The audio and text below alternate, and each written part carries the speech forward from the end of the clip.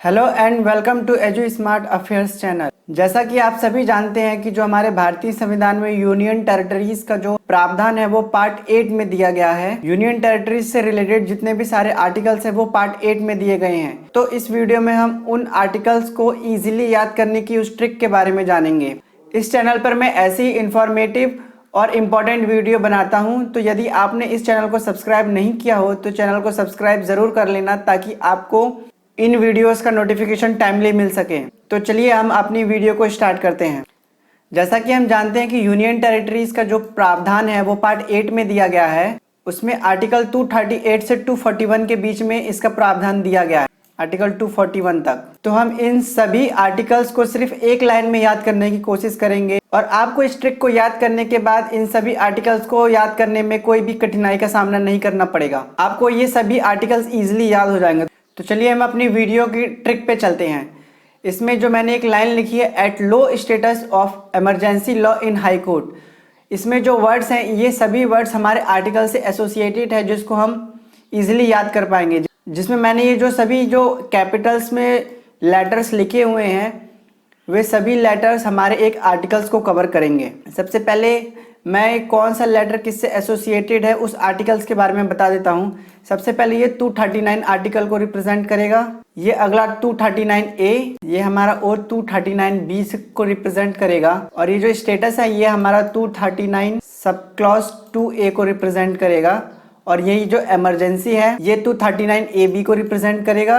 और ये जो लॉ है हमारा 240 आर्टिकल को रिप्रेजेंट करेगा। और ये जो HC है जो हाई कोर्ट है ये 241 को रिप्रेजेंट करेगा। तो चलिए मैं अब आपको इस ट्रिक के बारे में बता देता हूँ। ए से है हमारा एडमिनिस्ट्रेटर, जो स्टेट के अंदर जो गवर्नर होता है उसी के सिमिलरली यूनियन टेरिटरीज में एडमिनिस्ट्रेटर होता है, जो कि यूनियन टेरिटरीज में हाईएस्ट अथॉरिटी है एडमिनिस्ट्रेटर की। इसको अपॉइंट प्रेसिडेंट द्वारा किया जाता है। एल से हम लेजिस्लेचर याद करेंगे।